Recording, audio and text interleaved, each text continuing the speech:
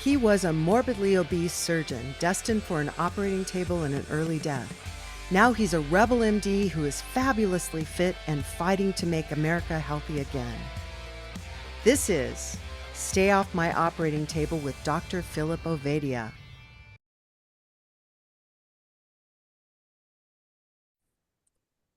And we are live. It's the Stay Off My Operating Table podcast, as you have heard. Dr. Philip Ovadia, I'm Jack Heald, and we're joined today by, I know for a fact this is the first nut manufacturer. That doesn't sound right, Phil. I'm smearing this all over the concrete. Introduce our guest. Great. Really excited to have Jaime Foster with us today. Jaime is the owner of Georgia Grinders. That is a nut and nut butter company. Nut butter. That's the word I was looking for. But excited to have her on to really talk about some, what it really goes into, what goes into making healthy food. And what it takes, and then want to hear some about how she got into that and how it is kind of coalesced with her interest in health. So with that, I'm going to turn it over to Jaime to give us a little bit of her backstory. Tell us kind of what got you to where you are today, Jaime. First of all, thank you guys so much for including me on the podcast this afternoon. I'm excited to tell you guys a little bit more about my story and talk about Georgia Grinders and how we got started. But for those of you that don't know, Georgia Grinders is a premium manufacturer of nut butters. We're based in Atlanta, Georgia, and that's where all the nutty magic happens. We do all of the roasting, grinding, and processing in a facility that we own and operate. We are meticulous when it comes to sourcing our raw materials, and don't ever add sugars or oils to the production process so that we can offer consumers the cleanest nut butters available with the most delicious taste ever. Well, our friend Charles Mayfield is the one who turned us on to you, and Charles is got a little different kind of manufacturing product. So if he thinks you're okay, we think you're okay. Yeah. Charles is a great guy. We actually have had him in there helping out behind the scenes so that he could translate it to his business too. But he's been a great resource and tremendous amount of help to our business too. Yeah, and for anyone that wants to go into the back catalog there, Charles was a guest quite a while back now, and Charles has the Faro skincare line that we love so much. So I guess let's start off by how'd you get into the nut butter business? That's a good question, and one that the story seems to evolve constantly. But the reality is I've always been passionate about healthy food, healthy lifestyles. Was in medical sales when I graduated from college. And after I had my second child, I realized that I no longer wanted to be on the road traveling from doctor's office to doctor office. And my husband and I kept looking at different opportunities for us to buy businesses, start businesses. And somehow we kept coming back to food because that's what we enjoy. We love cooking, we love entertaining. And, food is something that brings people of all cultures together to celebrate. And when we were trying to determine exactly what it is we wanted to launch, we wanted to have something meaningful that essentially, was a tribute to something that important to us. And we kept coming back to this recipe for almond butter that my grandfather started making in the 70s. My grandfather was predisposed to cardiovascular disease. Both of his brothers died in their early 50s. And essentially he told the doctors that he wasn't going to follow their protocol because he didn't see any value in what it did for his brothers that died early. And he started looking at just diet and lifestyle and took a very innovative approach to health and wellness. Ended up living to be 97. But as a child growing up in the 70s, eating his almond butter, of course, in my tiny little brain, that's all that my grandpa did was make almond butter and ship it all over to his kids and grandkids. So fast forward to 2012, Georgia Grinders was launched as a tribute to my grandfather and his recipe towards almond butter, but really to honor his legacy and his innovation towards health and wellness. Did he get to see it? He absolutely did get to see it. And that was something that was so special as he he took a lot of time just, to explaining the research and all the love that went into playing around with different varieties and grades of nuts, the roasting process, the grinding process. He taught us how to make it in 3-pound batches at the time, because that was the largest batch he had ever made. And he got to see us turn it into a business. Got to see it for about 3 or 4 years before he passed. And actually, we had him on the trade show floor at Expo West in California one year. We still hold his little badge that says recipe creator that he wore when he was wheeled into the trade show in his wheelchair by my father. So definitely cool. a special memory. And, as I continue to learn more about my grandfather and his journey with health and wellness and functional medicine, it's just tremendously impacted my life too. And it's even come more full circle to be able to share his story with consumers nowadays that are looking to make a change with their diet and lifestyle and food. Well, yeah, that's awesome. One of the things that I don't think I've ever brought up here on the podcast is, my dad was a business owner, entrepreneur, and one of the businesses he owned while I was growing up was a nut company, and they made nut butters as well. And, they made natural nut butters. And I remember one of the things that was striking to me, and peanut butter, even before my dad owned the nut company, was a very prominent food item in our house. And the difference between the, kind of store-bought typical peanut butter and the natural, peanut butter that we would get, especially like when you went to the factory and got it, straight out of the machine, they were two totally different food products. So maybe talk a little bit about nut butters. And nut butters, I think, can be somewhat controversial as to whether or not they're good for your health. And I think, like lots of things, that may come down to, well, what type of nut butter are you actually consuming? Yeah, you're absolutely correct. All nut butters are not created equal. There's hundreds of different types and varieties available, and it really comes down to the sourcing of the ingredients, what else is added into it, where they're actually being manufactured, and the overall processing. But, at Georgia Grinders, we're focused on very clean, simple nut butters. You're never going to find additional oils or sugars into it. But being a small company and vertically integrated, we take great pride in the sourcing of the nuts and go to great lengths to have personal relationships with our farmers, to understand exactly what takes place on the farms, how everything's being harvested and then eventually stored. Once the nuts come to us, they're roasted immediately. Each nut has its own roasting temperature for the ideal robust flavor. It also helps to release the essential oils to maximize the flavor too. So can I back up here? Oh, sure. Okay, I didn't know. I've got a million questions, but you're doing okay. good. Okay. So, every nut's going to have a different variety or a different quality of flavor, moisture content, and it really has to do with the quality at the end of the day. We do not source chopped or pieces. Most people think it's kind of bizarre that we're grinding these big, beautiful whole nuts. But at the end of the day, it does make a difference in the end product. What we're sourcing is higher in moisture, higher in oils and flavor. And I always like to compare it to the analogy of when you go into a store and you see nuts in the hopper and you're grinding your nut butters fresh, but it doesn't have quite the same flavor as what's being produced at Georgia Grinders. And I always tell people or ask them, well, let's look at the almonds that are, or the peanuts or whatever it is they're grinding fresh at the stores.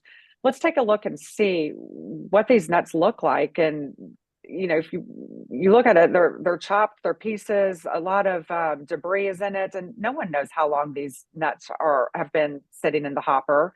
No one knows, how long they've actually been available. And so by the time you grind it, a lot of times they're excessively dry.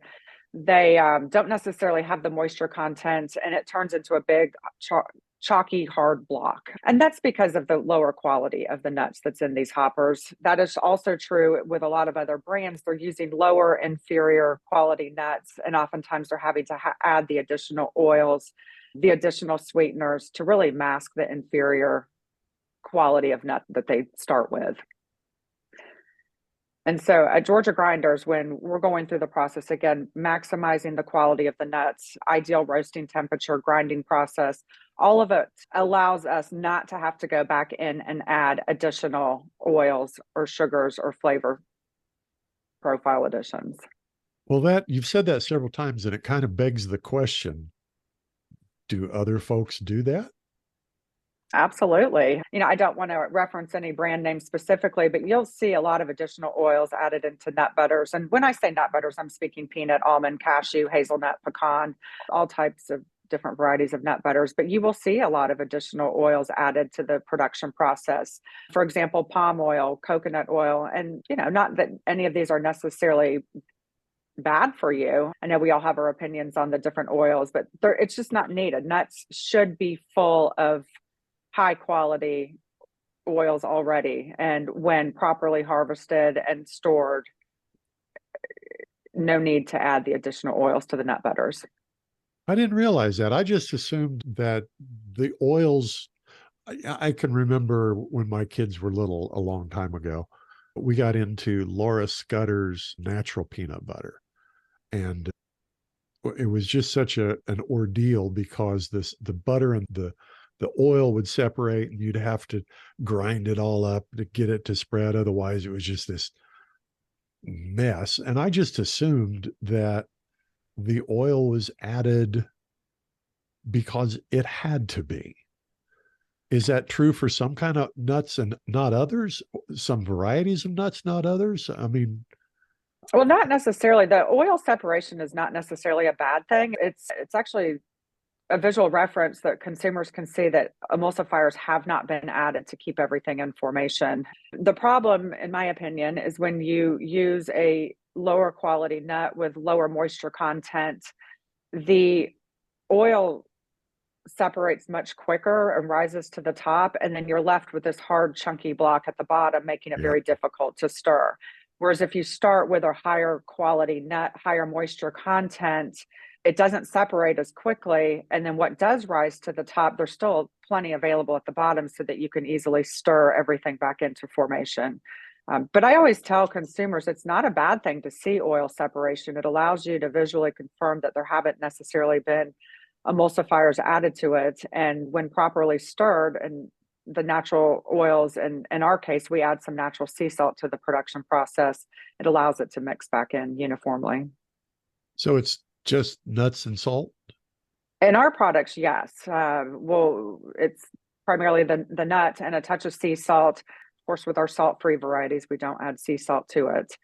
But yes, that's absolutely correct. But speaking for other brands, and there are oftentimes other flavors added to it to mask the lower quality of the nut, possibly inferior flavor, and then to just add some sweeteners to enhance it overall.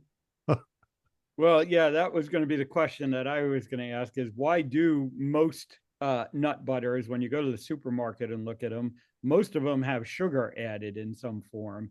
And just get your thoughts on why that is. There's a lot of different reasons. I do think the consumers tend to, over the years, prefer sweeter foods. And that's when, some of our older traditional brands came out. They were hydrogenated oils added to peanuts and then sugar. Peanut was probably third on the list of what was in there. And that, was a lot of what consumers demanded at the time. And I think as more and more natural nut butters were introduced, you do have some that are clean 100% the nut, but in my experience, and when we were launching that back in 2012, many consumers had this opinion that natural nut butters were just disgusting, chalky, dry, had no flavor. And I truly believe that has to do with the quality of nuts that were initially sourced. Again, lower moisture content, less flavor. They'd been exposed to air, the oxidation process had started. And so adding a sweetener helped to mask some of the inferior flavor of the nut sourced. I love walnuts, and I understand what you're saying. When a walnut has been sitting out too long, it's not good for anything other than the trash can. So you had to have had a tremendously steep learning curve when you first got into, when you went from making almond butter in your kitchen to turning it into a full-blown manufacturing process. Talk about some of the lessons learned along the way. Gosh, I would say we're still learning new lessons every single day. But the reality is when you're converting any type of a food product from, home-based equipment to commercial equipment and scaling it, there's a lot of challenges that come into play. So specifically for nut butters, and again, we started off producing only almond butter initially, converting from this home, little countertop grinder to this massive, couple 1,000-pound grinder. Just the heat conducted and generated from these grinders was causing the proteins to bind, for everything to clump up and just turn into this big, messy paste. And Ugh.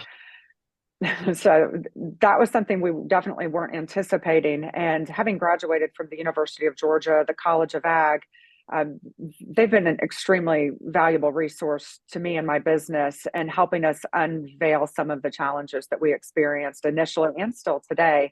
And in talking to a nut expert, he knew immediately what was going on and informed us that the proteins were binding from the almonds as a result of too much heat being generated from the grinder.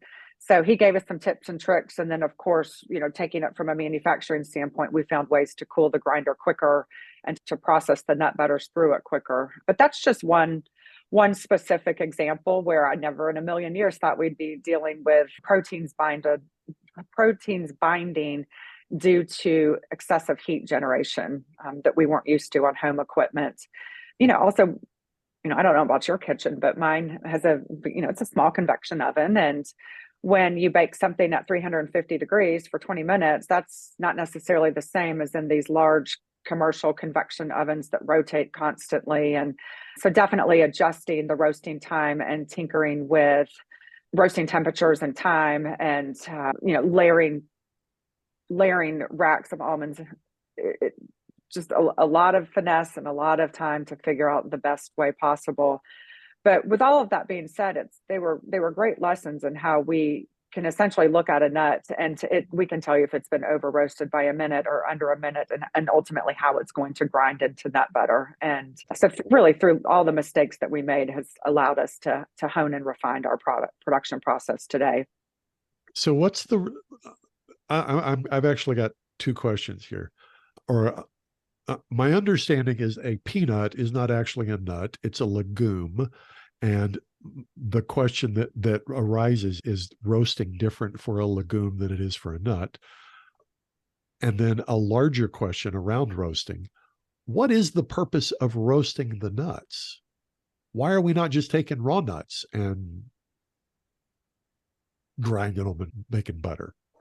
Yeah, those are both great questions. So yes, peanuts are legumes. They are not actually nuts grown on trees. A lot of people don't realize that they grow under the ground. And, peanuts, they've received kind of a bad rap over the years with mold and toxicity and E. coli. And for us with peanuts, you're not going to find raw peanuts because they have to have a double kill step for FDA standards. They purely for food safety reasons. When you look at tree nuts, so think almonds, cashews, pecans, hazelnuts, etc., all of those are grown in a tree. They grown on a tree, have shells, and based on the nut and the variety, they vary in what the FDA requires as a kill step. So, for example, raw almonds are not technically raw in the United States. They've all undergone some form of pasteurization as an initial kill step. And what we purchase have actually been steam pasteurized. So there's a little life left in those suckers if they were to be sprouted and planted. We have not had success with raw almond butter in a large capacity. And so we do slow roast. It helps to release some of the essential oils, give it a robust flavor, and then it makes it easier for us to grind. When we used to make raw almond butter, essentially it was just clogging the grinder and we were left with a mess. So for our business, we have not been able to have a 100% raw almond butter. And then it changes the flavor to roast it a little bit. oh, yes. So all nuts are going to have a different flavor after roasting. All of our nuts have been slow roasted just to release the essential oils, give it a unique flavor. But if anything, I would say they're under roasted compared to what you'll find if you're looking for just roasted almonds to purchase at the grocery store. Those have typically a much stronger flavor, more robust, typically have been roasted in oil, and so ultimately the end product changes. Roasted in oil. And a lot of them are, yes. So, that's what's so important. Consumers don't understand all of the different processes and behind the scenes and what goes on. I think more and more consumers are comfortable reading ingredients now and labels, but many of the roasted nuts out there have been roasted in oil, especially peanuts. And so why don't you use peanuts? Why don't you sell peanut butter? Obviously, it's the We most do. popular nut butter. Oh, no, we have a peanut butter line. Okay. Yes, we have a conventional and an organic peanut butter line at Georgia Grinders, and proudly source all of our peanuts from the great state of Georgia, where we're located. And in fact, we partnered with the Georgia Organic Peanut Association and Georgia Organics to bring the very first organic peanut butter that was actually organically grown, organically processed, and then manufactured at an organic processing facility to market. Being the peanut capital of the world, Georgia, the farmers in Georgia were not incentivized to grow organic peanuts. And through grants, we were able to partner with some underserved farmers in rural Georgia to bring the first organic crop to market. And Georgia Grinders got to make it into the nut butter.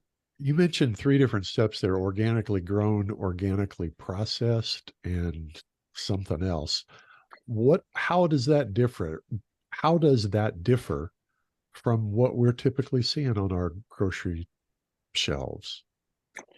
Yeah, organics is very confusing in the certifications that go along with it. And again, I'll be honest with you, I wasn't aware that there were so many steps in the process either until founding Georgia Grinders. And then even when we started with the organic peanut butter a few years ago.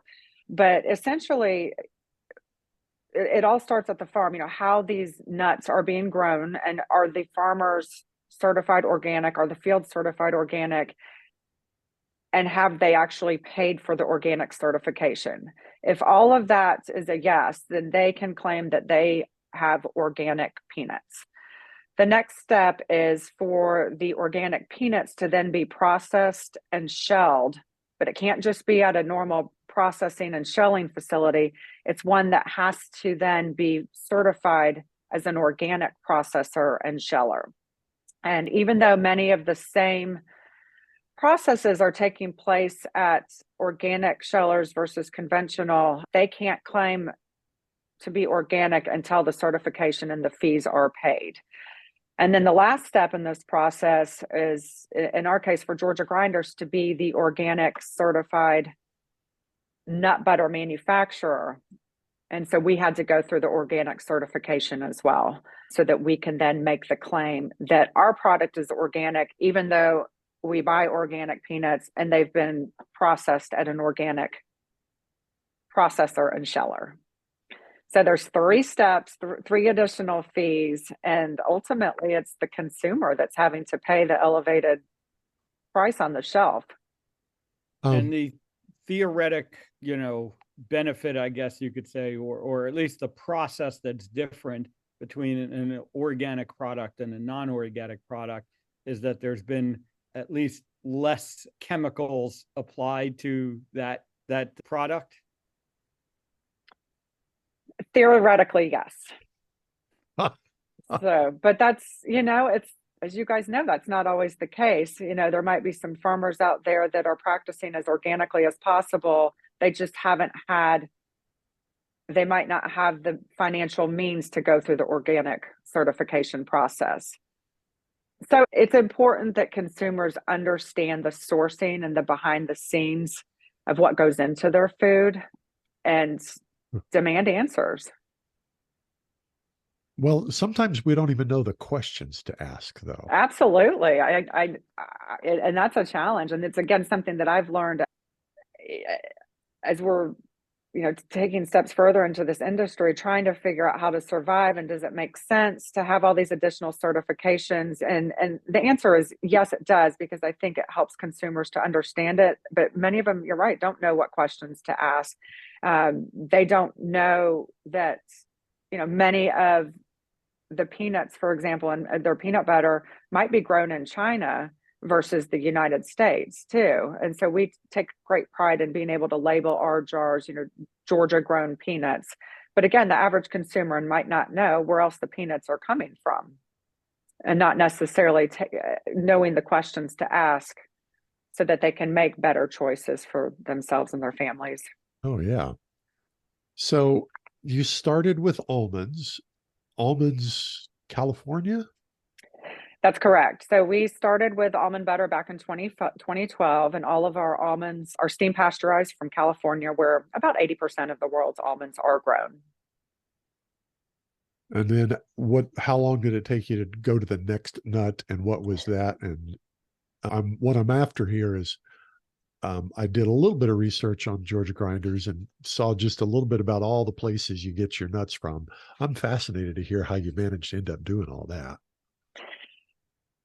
So we were in business for about a year, 2012 to 2013, and just your typical new business startup. Every single problem we could have encountered happened. The honeybee colony collapse disorder was taking place. The almond crop essentially had doubled in price. The drought in California contributed to this as well. And we thought, oh my gosh, now what are we going to do? We've invested all of this money into equipment, a manufacturing facility. Things are going really well with our almond butter. And if anything, it was just a huge opportunity for us to look into our backyard at the great state of Georgia and start experimenting with peanuts and pecans. We were not going to be able to remain in business with, our cost of goods doubling in the first year. And it was a solid lesson in diversifying your portfolio and not having all of your eggs in one basket. And so what was, a fearful experience turned into a true blessing as we began experimenting and creating other nut butters. Is the process essentially the same nut to nut? I'm assuming there's some minor variations, but yeah, I mean, there was definitely a lot of ramp up time and, experimenting with the different types and varieties of peanuts and pecans. And then, of course, the roasting process varies from, peanut to peanut and pecan to pecan. And, almonds don't roast the same as peanuts, and peanuts don't roast the same as pecans. So there was a learning curve associated with the roasting process.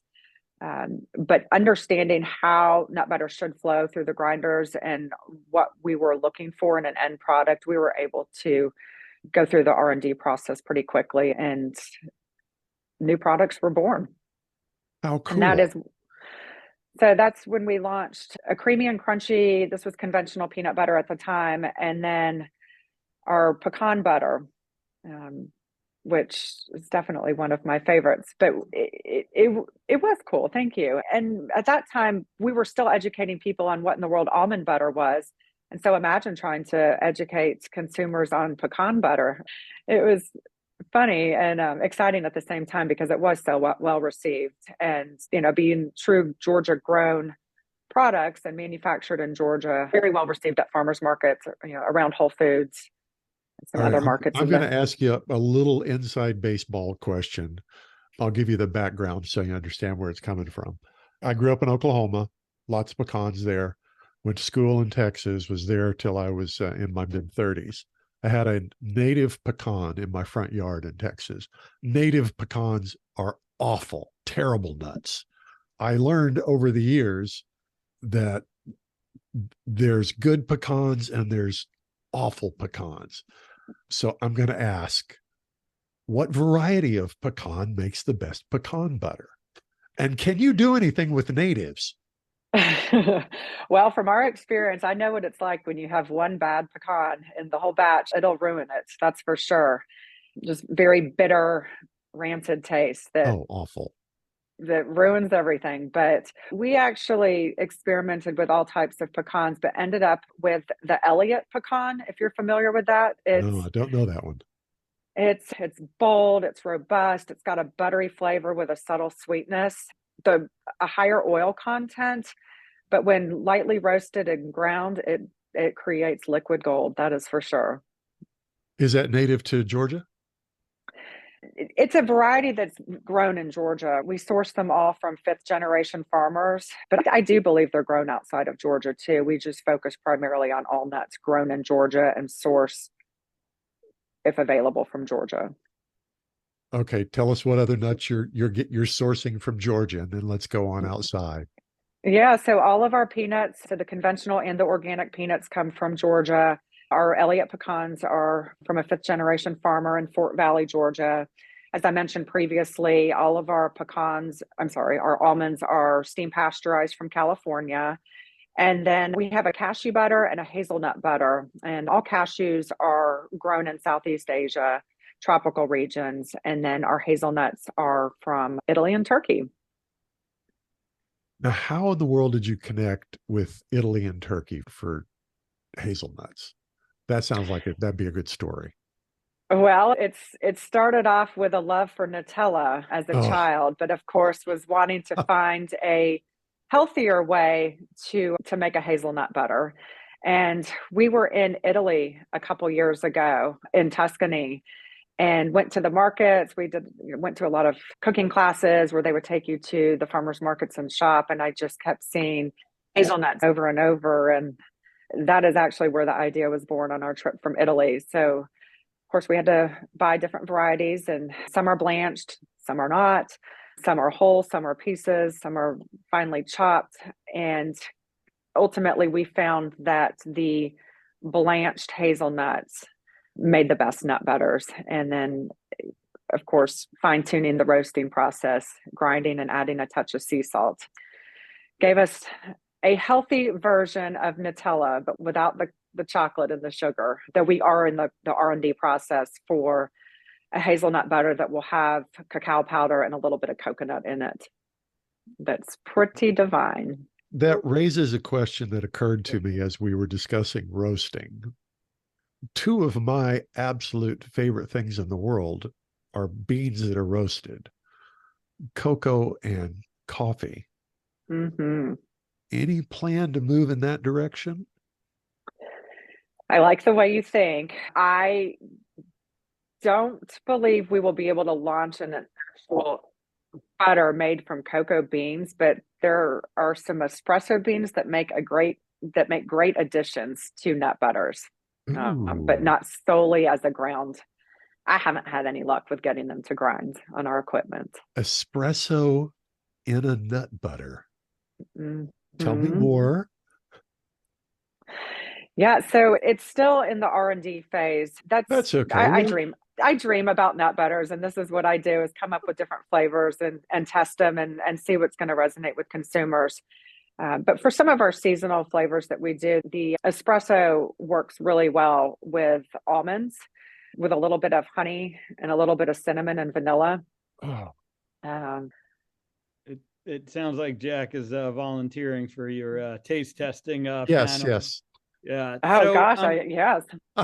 In the, certainly nuts are a prominent part of, low carb keto diets that many of our listeners are on. And I find that there's a lot of controversy around, different nuts and how healthy they are.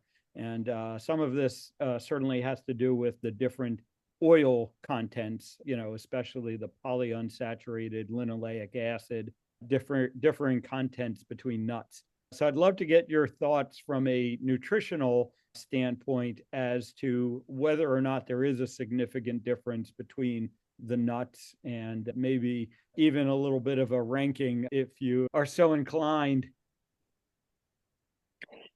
Yeah, I get asked that question a lot. And I know that, consumers have so many different preferences when it comes to diet and lifestyle.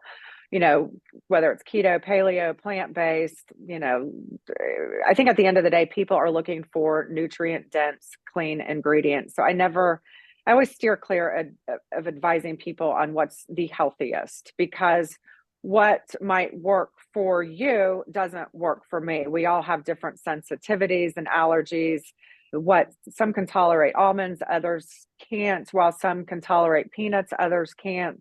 All tree nuts are not created equal either. So I do feel that consumers they need to listen to their body and see how their body reacts when eating different nuts. I do believe and that all can agree that nuts are a healthy source of dietary fat.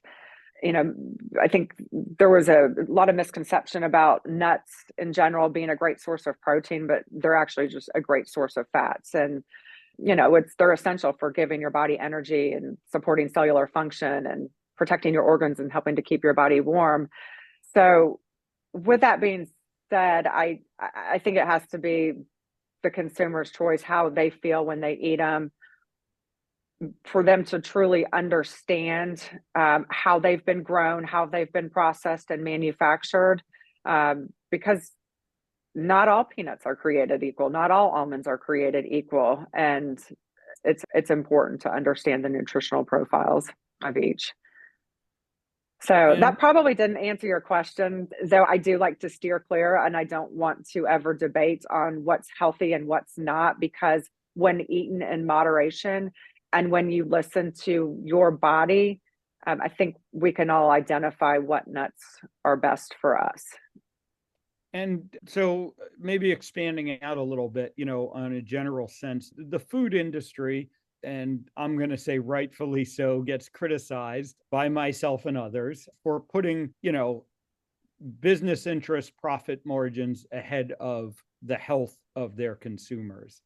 And so I'd love to hear from you, and I know your company, I certainly would say, is different than that. And you do seem to have an emphasis on health and an interest in health.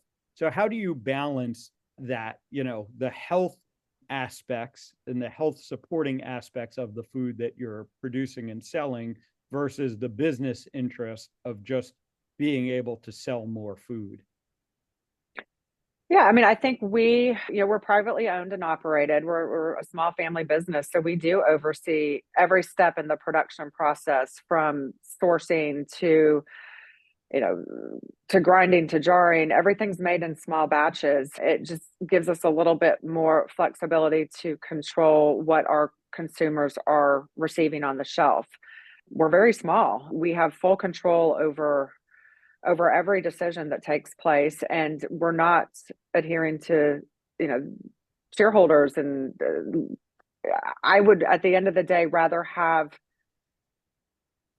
a healthy product that I can stand behind 100%, the quality, the transparency of the sourcing.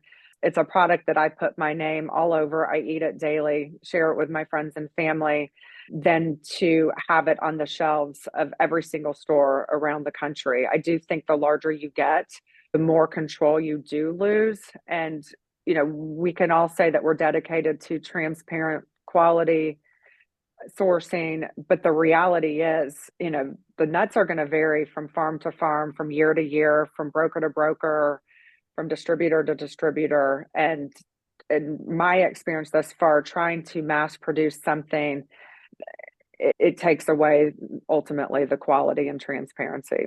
It's why a lot of consumers don't know that some of their peanut butters that they're purchasing may have peanuts that were grown in China, where there's been no control or regulations over what was in the ground in the harvest. What a lovely thought. But, I love to be able to share the story from ground to grind at Georgia Grinders. And if that means that we're going to remain small and privately owned for the rest of our career in the nut butter industry, I want to go to bed with a clean conscience at night and know that our consumers do have the best of the best. Talk about, and I realize you may not be able to, but I'm curious, what kind of volume are we talking about? And I'm thinking about jars, truckloads. I mean, how much stuff do you make? How many, are you buying train loads of empty jars and shipping out train loads of full jars? how big is this factory? What are we talking about here in terms of scale? Yeah, so In we're in 11 about years old. so right now we are in about 14,000 square feet in Chamblee, Georgia. And the reality is we do not make nut butters just to produce and warehouse inventory. All of our nut butters are ground fresh as purchase orders come in. Our Oh, products can wow. be found, nationally at Kroger, the fresh market, regionally at Whole Foods, the fresh market stores, Sprouts regionally in the Southeast, Publix. So we've got a lot of solid distribution. Of course, with e-commerce on the rise, and of course, COVID changing the way consumers shop, especially for specialty food products, or the e-commerce side of our business is booming as well. But my point in all of this, we don't just produce nut butters to warehouse until purchase orders come in. And that way, ultimately, the consumers have the freshest product available once it hits the shelves. Whatever somebody orders online, it's typically going to have been made within the past month or so. And anytime a distributor comes, who does pick up in the truckload, it's all been made specifically to fill that purchase order, which is going on, the specific shelves of the store that ordered it. That's pretty freaking cool. I would have never guessed that. I would assume that when you reach a certain level where you're distributing nationally, you're just stuck where, okay, we just got to crank it out and hope it gets bought. But you're actually making it as it's purchased. That is correct. And that was our commitment to all of these retailers that selected to work with us is, it's going to have as close to a 365-day shelf life. But of course, by the time it's produced, palletized, you wait for the truck to come and get it, it arrives in their warehouse, you've lost about 20 days. But it is as close to a year shelf life as possible by the time the consumer gets it on the shelves. That was one of our challenges initially when starting Georgia Grinders is, do we invest into manufacturing or do we choose to work with a co-packer? And being a small company, we were not able to make sense of the minimum shifts that a co-packer would require of us. So for example, if I had asked somebody to make us, almond butter at the time, they would have required a full day shift, which then would have yielded, thousands and thousands of jars, multiple pallets on end with nobody to sell them to. And yes, we could have sold them off easily within the year, but consumers and distributors don't want product with a 2-month shelf life remaining. And so making the decision to invest into manufacturing allows us to have control on what we're producing and the freshness.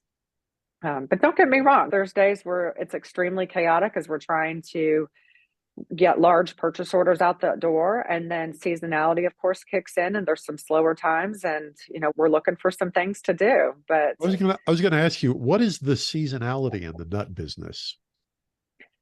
It's changed significantly since 2012 when we started. I think 2013 nut butters were one of the fastest growing food categories in specialty foods, and it's still been an education process. But for the most part, we're pretty steady year round. Summertime, we typically have a slump in July. Of course, the holidays are busy. And then the New Year's extremely busy with New Year's resolutions and people trying to eat cleaner and incorporate, different foods into their diet. But for the most part, we're pretty consistent with summer slump. What about when do nuts ripen? When do they come to maturity? Is that throughout the year? It's throughout the year, depending on, and then, you've got harvest and then that predicts the crop for the following year. So you're always purchasing well in advance of the crop actually being available. I was going to ask you if you're involved in futures purchasing there. Yes, we have some contract pricing. We also do a lot of spot purchasing too. Being small, we don't have a significant amount of cash flow to, really to estimate the volume that we're going to need for the entire year. I can imagine. what's something that's been kind of surprising to you about getting into the food industry? What's like maybe something that people who, aren't in this industry never really would have even thought about that's been pretty surprising to you? This is a tough one, and I have to be very careful on how I phrase this. But I think at the end of the day, consumers are demanding premium products now. Larger grocery chains are looking to expand their portfolio of natural and organic products. However, it's not always easy for the smaller manufacturers like Georgia Grinders to compete with the larger ones because we're not always in a position to be giving free product to every single store. There's this concept called free fills at the retail level. And basically what that means is if, grocery store X that has 1,000 stores throughout the country wants to bring in two of our products, let's say almond butter and cashew butter, then they are going to ask us to give each store a free case of almond butter and cashew butter. And if you do the math, Wow. it's roughly, let's just keep it simple, $10 a jar, 1,000 stores, 12 units per case. It's a huge investment on the front end for manufacturers. And we're not in a position to say yes. That's just bad business. And that's made it extremely challenging, though. I will say with the retailers that we're in, many of them are extremely supportive of small businesses and the change that we're trying to make. And we have never had to offer free fills to be a part of the shelves. Another challenge for smaller manufacturers, too, is that we're asked to pay slotting fees. And it might be, $5,000 per product to be on the shelf. So again, before you're even on the shelf, you're in the hole. And what I like to say, this is an analogy my husband and I like to joke about, if we want to go shop at grocery store, new grocery store, we should have the ability to walk in and say, we're going to test out your store today, but before we do so, do you mind if we just fill your cart? We want to make sure we actually like the products we're bringing home. And if we like it, then we might be back to buy them. And essentially, that's what we're faced with. We don't know that we know our products are going to sell because they taste great. However, to invest $100,000, essentially to appear on a shelf with not one unit being sold it just doesn't make business sense. And ultimately, it's the consumer that are being penalized because the prices are being raised significantly. Well, that gets to the mark. Oh, I'm sorry. Go ahead, Phil. Yeah, no, I was just going to say that's kind of interesting because, then you start thinking about, is the supermarket, are they more concerned about, what the consumer is buying, or are they more concerned about, the fees that they can get from companies to place their products in the supermarket? I would say most people don't think about the fact that when you walk into the supermarket, you're not the only consumer, I guess. You're not the only target market for that supermarket. Yeah, that's correct. And it's frustrating because you can have a really great product that sells all day long, but if you're not in a position to pay slotting fees, provide free fills, and then if you're not in a position to be running quarterly promotions and pay to be in their circulars, they don't necessarily want you. And I hear that a lot. We have to go through what's called category review. It's not better category review. It takes place once a year at the various retailers. And you go through your presentation, and that's a question every time. We require free fills. Are you able to provide them? I check no every time. What are your quarterly promotional budgets? And, it's tough. It's a challenging side of the industry to be on, that's for sure, which is why we're extremely excited about e-commerce and the transition for consumers to go directly to the manufacturers and purchase. Yeah, that Helps must us make to a keep huge difference. Well, it does. And again, it's, people are so used to shopping at the grocery stores. And if they don't see their special brand there, well, then they automatically switch to another one. But I do think you're finding more brand loyalty today. And if people can't find it on their shelves at their favorite grocery store, then they'll go to alternative resources and look elsewhere or purchase online. Well, I was going to ask you about marketing and promotion. You started from scratch uh, with this nut butter business. How did you get your first foothold in regional and national chains? Yeah. So some of the best advice that I was given when we first started was to get your product in the mouths of as many people as possible. So, day one, so we started in March of 2012. I had applied to some local farmers markets in the Atlanta area that are extremely supportive of our values and our mission. And we were accepted and, just started sampling away, and the feedback was great. It gave me the confidence to be able to just walk directly into Whole Foods, the regional office, and drop off samples and get the process started there. I have to say that Whole Foods was extremely supportive of Georgia Grinders, and they rolled us out onto their shelves for some local stores within the first 6 months of us being in business. Wow. And then back to, the advice I was given, let everyone taste it. I signed up for as many demos as possible at Whole Foods to sample our product, to talk about it, to talk about the quality and the transparent sourcing, to talk about different ways to use it. I mean, still at that point, I was educating people on what almond butter even was. And it's just out there talking to people. And then the numbers were proven at Whole Foods. They expanded us into other stores, and eventually we became a regional supplier for Whole Foods in the Southeast and the Florida regions.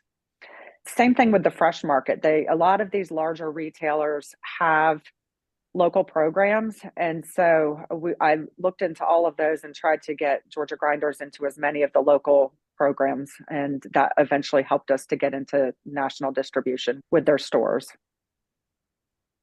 Well, I think this is the point where we say, tell folks how they can get a hold of some of this. And seriously, this is probably, I'm trying to think, have we had anybody on the show that I am going to be more excited about saying, folks, here's the website? I can't think of anybody off the top of my head. It's mostly medicine and training programs. This is food, man. So this is food, and it's the world's best nut butters, and food is medicine. So I encourage everyone to go to georgiagrinders.com. You can read more about our story, the different products that we make. We have a lot of great recipes so we can get consumers to think outside of the jar. And I'd love to be able to provide your listeners with a discount code for 20% off today. Oh, fire away. We'll make sure it shows up in the show notes. We'll put that in the show notes. Okay, great. What's a code that you guys typically use for discounts? I Fix Hearts. Okay, let's do iFix Hearts 20, and that will be for 20% off site-wide. All caps, iFix Hearts. We are buying some nut butter. Sounds good. Well, yeah, this has been a great discussion, really insightful, I think a different aspect of being healthy. We talk about the importance of food as a pillar of health, obviously, but I don't think we really know enough about what goes into making good, healthy food. And so thank you for adding your insight to this, and I hope people have found it useful, and probably some people that are quite hungry for some nut butter now. So. All right. So that discount code is iFixHearts20 at that's right, georgiagrinders.com. That's correct. Very good. Well, Jaime Foster, thanks for being with us today. I'm definitely as soon as we hang up, I'm ordering some butter. This sounds fantastic. Phil, let's get some more of this. This is way more fun than the guys who sell pills. Not that there's anything wrong with the pills, but or the guys that are trying not to sell pills. Or the guys that are trying not to. The guys we have on, but yes. All right. Well, for Jaime Foster and Dr. Philip Ovadia, this has been the Stay Off My Operating Table podcast. Thanks for joining us, and we'll talk to you next time. Chances are you wouldn't be listening to this podcast if you didn't need to change your life and get healthier. So take action right now. Book a call with Dr. Avedia's team. One small step in the right direction is all it takes to get started. Contact us at ifixhearts.com/talk. That's ifixhearts.com/talk.